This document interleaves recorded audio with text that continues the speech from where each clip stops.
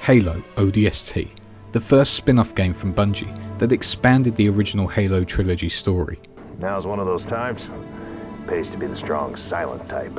A chance for Bungie to explore a new adventure away from the heroics of Master Chief, Cortana and the Arbiter. Oh, I'm sorry. I was a little busy making sure perfume over here didn't take around and blow us all up. A chance to look at what it would have been like as a regular soldier fighting off the mighty strength of the Covenant on their home planet, Earth. The Navy put up a good fight. Of course they did. It's Earth. Better late than never. And finally a chance for Bungie to try something completely different, whilst also sticking to that immersive, engaging and fun Halo experience that fans had come to absolutely love and adore. Come on, tough guy, we gotta blow this bridge. Released in 2009, ODST really launched at the right time, hitting the shelves right at the peak of the Halo boom, selling over 2.3 million copies in just 2 weeks. Halo ODST was once again a monumental moment for the Bungie team, and another huge title to add to the Halo franchise. It not only sold extremely well, it was also massively praised by gaming critics everywhere, some saying it was a masterpiece, others saying it was the best Halo to date, and others saying it was one of the most immersive games they had ever played.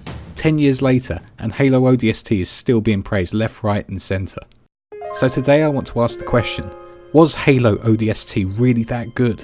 Was its campaign really that immersive? Was its whole tone and setting something new and refreshing for audiences? And was it really a whole new experience that was worth the asking price of $60 on launch? Well, welcome to WiseFishGaming, and today we are looking at Halo ODST and asking the question, how good was Halo 3 ODST?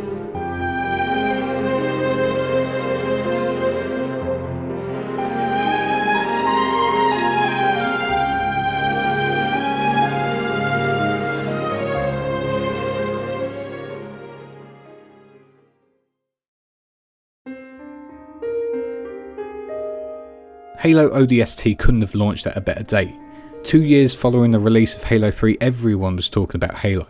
The esports scene was filled with Halo tournaments, and its in-game population was at an all-time high. Halo was the talking point wherever you went. And if you didn't have an Xbox with Halo, well, to be honest, you were missing out on what was, at the time, one of the best multiplayer shooters on the market. But the announcement of a new spin-off Halo game certainly was a talking point, and it raised a few questions. What would the new story be about? How would it link to the already existing brilliant campaign? And who would we play as? Well, there were many things that made ODST stand out from its older brothers, and the first was this.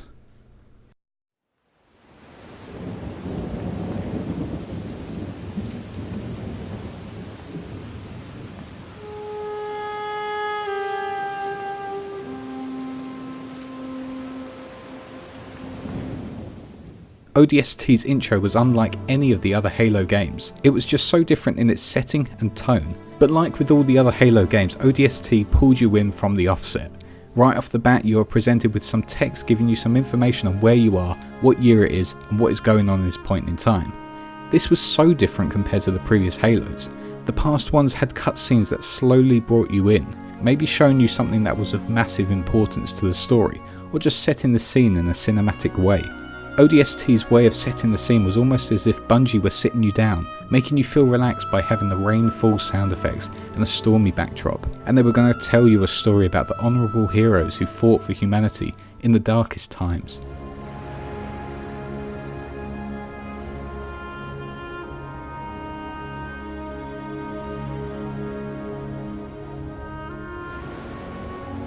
The intro to ODST was so movie-like, but in a completely different way compared to Halo 2s or 3s for example. ODST was screaming film noir from the offset. Its whole dark, gloomy imagery and its almost colourless palette made this whole world and setting seem like a dark, lonesome place that was quite haunting and cold. You really get this feeling of loneliness, and it honestly ticks all the boxes for what would be categorised within the film noir genre. On top of that, the soundtrack that plays from the offset is so different compared to the previous games, yet at the same time feels very Halo-esque.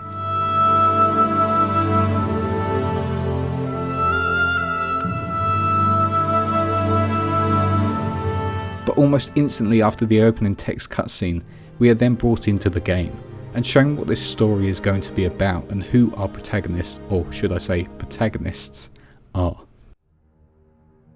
The thing I loved the most about ODST was the fact that it wasn't action-packed. ODST didn't want to throw you into the action straight off the bat. Everything was slowed down. It wanted to bring the player in at their own pace. The first cutscene we see is Bungie displaying that they know how to bring players into this new adventure. They know how to introduce you to what's important. It sets the right tone and it displays everything you need to know from the offset. This cutscene introduces you to the ODST team. It displays every single character's personality. We learn who everyone is and we see all their little characteristics. You gonna tell us her name, Gunny? Ms. Naval Intelligence. Our new boss. Oh, brother. So check your mouths, find your chairs, and get set for a combat drop.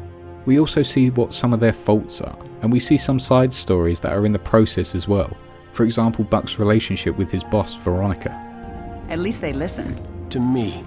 And they're not gonna like what they hear. Orders are orders. Come on, Veronica. What could be more important than that carrier? My orders. And Buck, call me Captain. We also get an insight into our main protagonist, the Rookie. We get to see that he is another silent protagonist like Master Chief. Someone who is a blank canvas so the players can envision how they want to play him. We are shown that he is isolated from the team, he is away from them, and asleep whilst they all bicker and fight. If anything, this imagery shows you the future insight into what is going to happen within the main campaign. The whole cutscene is great once again. It sets the scene even more. It brings you into this ODST squad. It helps you understand each of the team members' characteristics and the things they value in their lives. It helps you care about them instantly, and on top of that we get to see what type of character we will be playing as. But the thing I love about this scene the most is the transition to gameplay. Like with all the Halo games apart from the newer ones, the transition from cutscene to gameplay is smooth. There isn't a change in graphics going from super cinematic to gameplay graphics. It's just a straight cut, meaning your immersion in that situation is never interrupted. But the main reason I love that it comes out the cutscene into the gameplay is because it actually drops you into the action. You aren't pulled out of it and watching it happen from a distance. You are in that drop pod, seeing it from your character's perspective. And let's be honest, the drop with the music is just fucking awesome. Captain, 15 clicks off the deck. Stand by to adjust trajectory. On my mark. What did he just say? Mark. The other amazing thing about this moment was that you can see the Covenant ship jumping into slip space, the same scene that happened in Halo 2, instantly letting the player know when this is set, and also giving another perspective of the events that took place during the events of Halo 2. We're way off course. We're heading exactly where I need to go. But we're gonna miss the carrier. Sir, the Prophet is bugging out. Request permission to engage. Negative, Commander. All Vector 2 heavies for star side intercept. Radiation! Covenant just set off a nuke? No. The carrier's going to jump. Lip space rupture off the target's bow. It's going to jump inside the city. We are not losing that ship.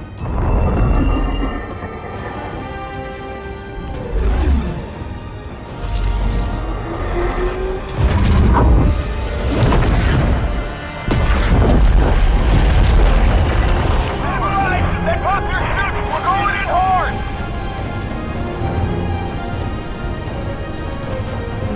This whole setup to the game is done in such an incredible way. Its pacing is just spot on. It slowly brings you into the squad, helping you get to know them. Then once you get an idea for their personalities and their roles, you are dropped straight into the absolute mad action. But now the theatrics have stopped and the game has officially started.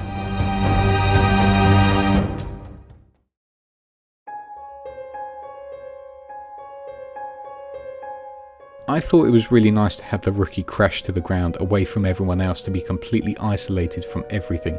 The previous Halo games all had Chief crash to the ground, and I thought that was a nice callback to those games. It felt like a signature thing that they were always going to do with their games, like Elder Scrolls does when you always start as a prisoner. But opening the drop pod and stepping out into the dark, empty streets gave me a similar sense to when you first land on the Halo ring in Combat Evolved. You feel alone, there's a sense of mystery to it. When you're wandering around, you're wondering where everyone and everything has gone, whilst also being hunted down by the Covenant. You also feel vulnerable, especially now as you aren't the super soldier that you were in the previous games. I think the introduction to Mombasa Streets is really quite special. The whole setting is so perfect, and like I mentioned earlier, it has so many similar factors to the film noir designs. Abandoned vehicles litter the streets, the isolated sirens and flashing lights on the police cars, the glowing bright light from the street lamps that light the way, and the graffiti on the walls with messages that show people's anger towards being abandoned. It feels like a city where the time just completely stopped. It's so lonely, it's surrounded with things that should just be filled with life, but it's just so empty and haunting. It's pretty much a ghost town, and I love the design choice of it.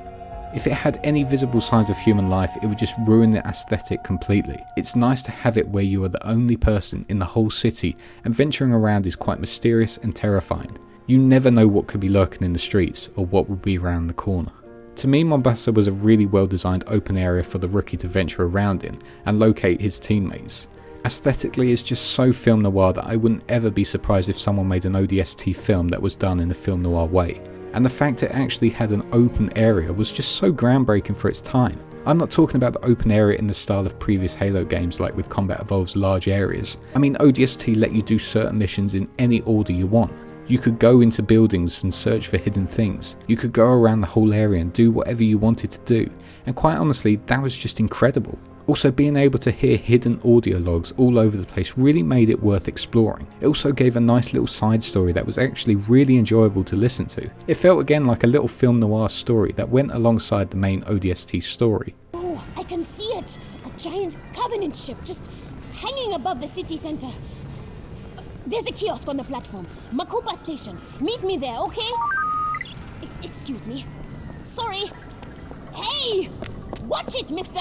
I didn't appreciate this open world factor until I replayed this game, but let's be honest, no FPS game at the time had this style to it. Nothing had a sense of exploration quite like ODST's, and quite honestly, it's easy to see how things like Destiny got its open area designs from. It's screaming ODST inspiration, and even if you didn't like ODST as a game, you cannot take away from the fact that this game started something when it came to open world FPS games.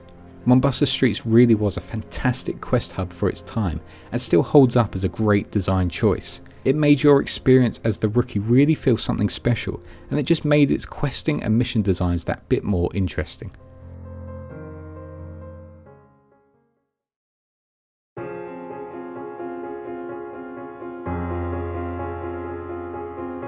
ODST was really like no other Halo game, and still stands as its own style of FPS shooter.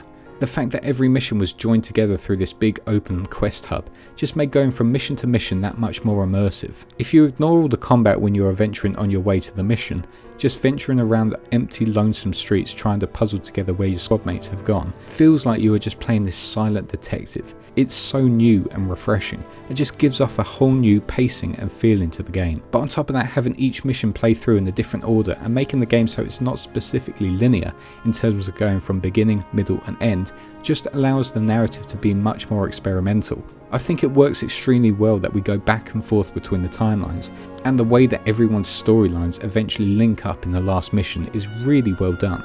There were no missing links at all, everything is explained and everything links perfectly. The fact that each item that the rookie finds in the world gets explained within the mission is so well thought out, and just really adds to the immersion once again. I loved going back and forth between the past and the present, and as I keep saying, it immersed me throughout, and it really made me feel like I was uncovering an unsolved mystery, which for a Halo game was such a new feeling. But when it comes down to the squad's missions, this is where it felt like a true traditional Halo game.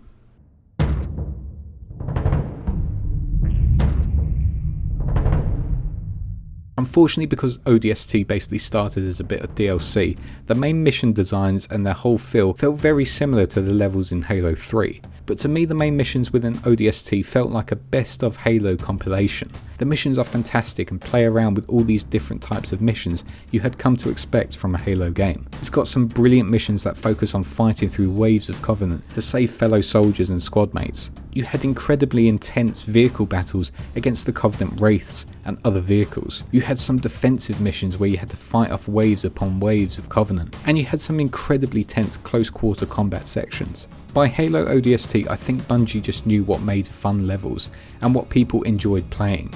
The action-packed missions that you play in ODST are certainly all extremely fun to play, especially when you get further into the game and you get to fight alongside some of your squad mates. I also thought it was nice that each mission had a very specific focus on a certain character. It gave you an idea of who they are as a soldier and what their job in the squad is. For example, the mission where we follow Romeo, there is a focus on using the sniper, simply because, well, he's their sniper guy. It makes you want to use that sniper because it fits what's going on. You also don't want to drop the sniper because if you do, well, the story doesn't really make any sense when it goes back to the rookie as he stares at a broken sniper rifle. Likewise with Buck, a traditional ODST soldier and leader, his mission focuses on fighting through the front lines of the Covenant to get to a specific goal, which is to save his captain and ex-lover, Veronica. These missions really help you understand the characters more, and their level designs are not only designed in their specific ways just to be fun, they give you an insight into what role those characters play within the ODST squad. Bungie truly knew what they were doing when it came to mission design, and ODST's missions are just so much fun to play, and they just add more to the immersion of the game.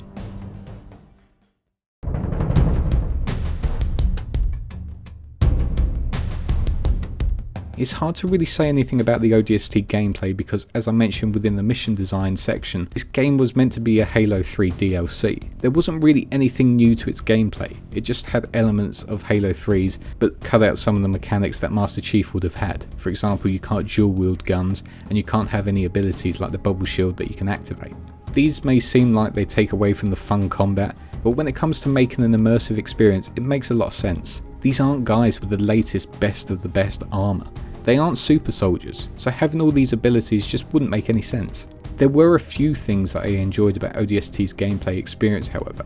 To start, it had references to Halo 2, making you feel like you were in that gap year or years between Halo 2 and 3. It was really nice to see the red plasma rifle back again, with the brutes using it quite frequently within battle.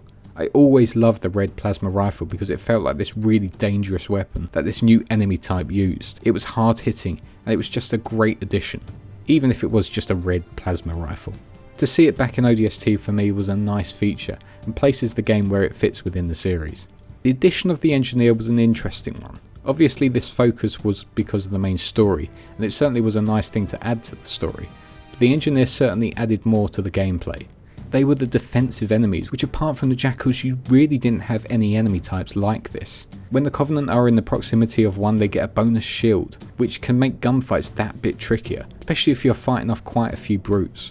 It made fights a bit more tactical. It made you focus on taking down their shields first, which meant targeting the engineers as they are now the biggest threat due to their powerful shields that they grant everyone else. Just adding this one element really changed the whole gameplay when it comes to tackling gunfights. To me, it's quite clear to see where the design for the Watcher in Halo 4 and 5 came from. On top of that, I felt like it was quite nice to fight alongside Marines again, but also regular everyday citizens. It was nice to fight alongside the police, as it felt like you were a part of Earth's defence. But on top of that, I actually liked how effective the Marines were.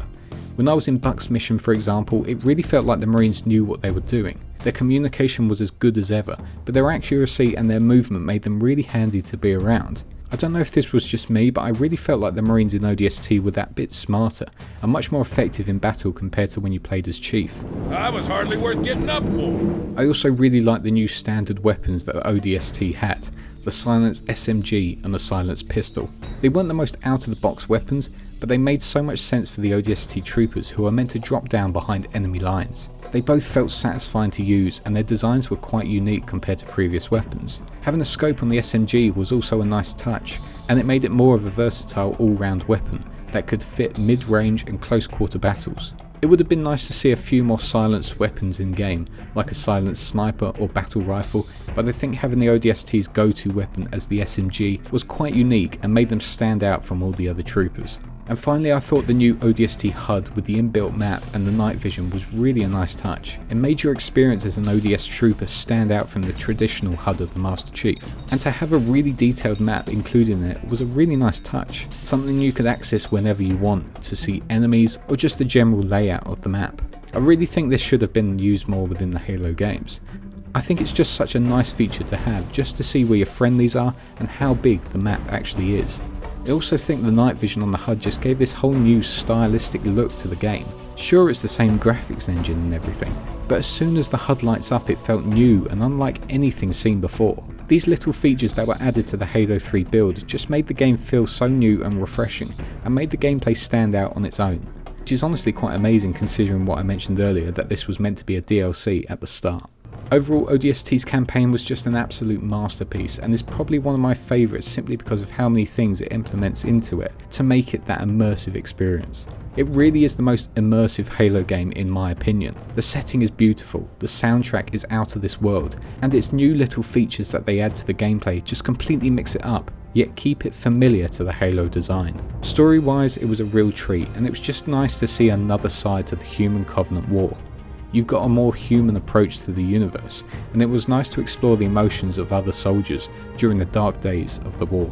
But ODST was a full retail game, and even though the main campaign was extremely enjoyable, the game has to be critiqued on its famous multiplayer that we had all come to love.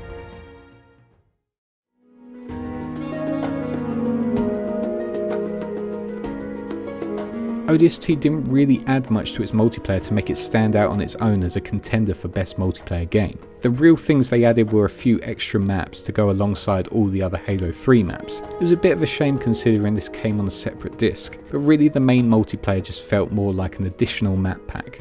But the real shining light that came out of ODST was really Firefight. Firefight was essentially Horde mode that plenty of games had included before. The fact that this mode was specifically designed for co-op just made this an absolute blast with friends. Whoa, I'm stuck! Whoa! Just keep running! Holy shit! Ed! Where is he? Oh my god, he's still out! Ed! Whoa!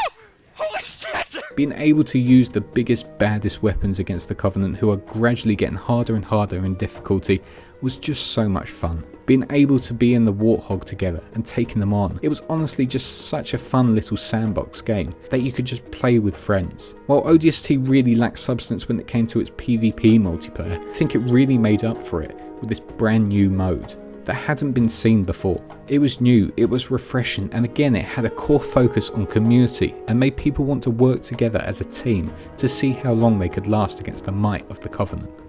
Oh, I'm a little lightheaded actually. I need to go lie down.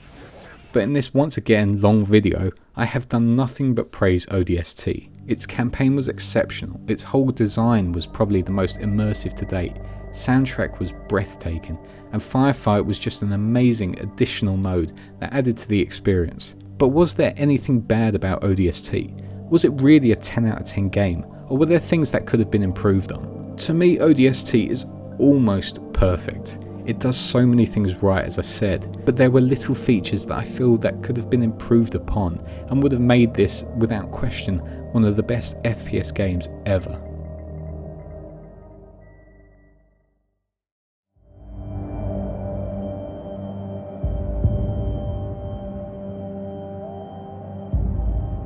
The first point is simply that the campaign is just way too short. It has incredible pacing between the open world detective style missions with the rookie and the main missions with everyone else, but just when the story gets good and things start to change, it's over.